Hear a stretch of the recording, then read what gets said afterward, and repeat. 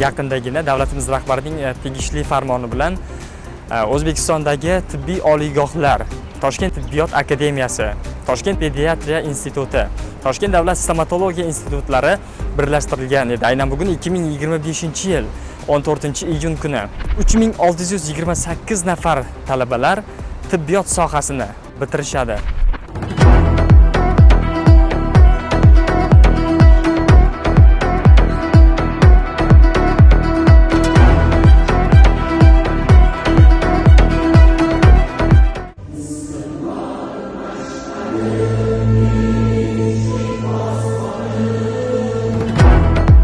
Bu eng sharafli va oqko'ngillik, yuragi toza odamlar faoliyat ko'rsatilgan kasb.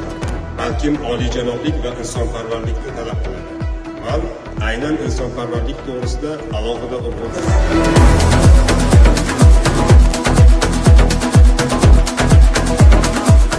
Mutaxassis bo'lib chiqdingiz.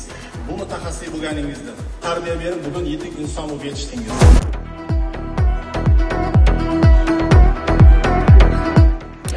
Millati maqtaydan qat'iy nazar